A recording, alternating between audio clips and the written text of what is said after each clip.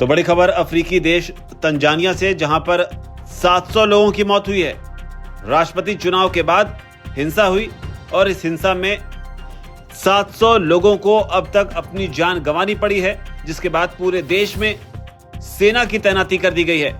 Tanzania में आम चुनाव के बाद जो हालात हैं वो पूरी तरह से बेकाबू हो गए हैं। चुनाव के नतीजों से पहले ही विरोध प्रदर्शन जो है वो शुरू हो चुका था, जिसने बाद में हिंसक रूप ले लिया।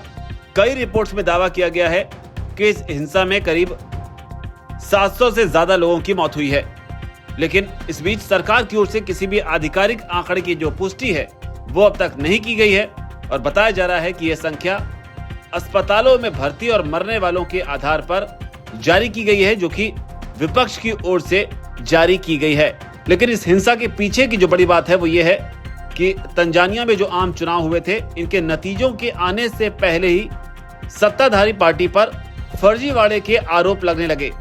विपक्षी दलों ने आरोप लगाया कि वोटिंग में धांधली की गई, जिसके बाद जो प्रमुख नेता थे उन्हें जेल में डाल दिया गया।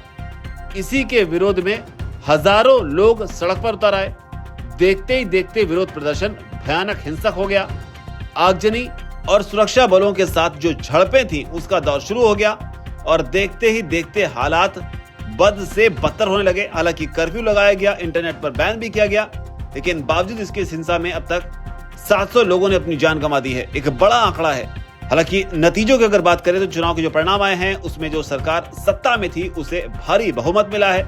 98% वोट जो हैं उसके साथ राष्ट्रपति सामिया सुलुहु हसन को विजयी घोषित किया गया, जिसके बाद में विपक्षी उम्मीदवारों ने गंभीर आरोप लगाने शुरू कर दिए। हालांकि इस हिंसा को लेकर राष्ट्रपति की ओर से भी बयान आया है। उन्होंने कहा कि प्रदर्शनकारियों ने जो कुछ भी किया वो किसी भी तरीके से देशभक्ति से भरा हुआ नहीं था और न ही जिम्मेदाराना था। साथ ही उन्होंने ये भी कहा कि देश की सुरक्षा को सुनिश्चित करने के लिए जो भी साधन उनके पास मौजूद हैं उन सभी का इस्तेमाल जो है वो करेंगे।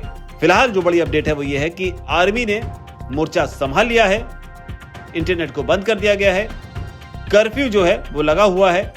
लेकिन जो कारण है इस पूरी हिंसा का वो भी अपने आप में बेहद दिलचस्प है कि एक चुनाव होता है और चुनाव में विपक्ष एक ऐसा आरोप लगाता है कि चुनाव में धांधली की गई है, क्योंकि नतीजे ऐसे थे जिसमें 96.99% यानी करीब करीब 97% जो है वो वोट सत्ताधारी पक्ष को गए थे, जिसके बाद में पूरा देश जो है वो जल उठा। इस रिपोर्ट पर आपकी क्या राय है? आपकी जो भी राय है कमेंट सेक्शन में जरूर लिखें। धन्यवाद।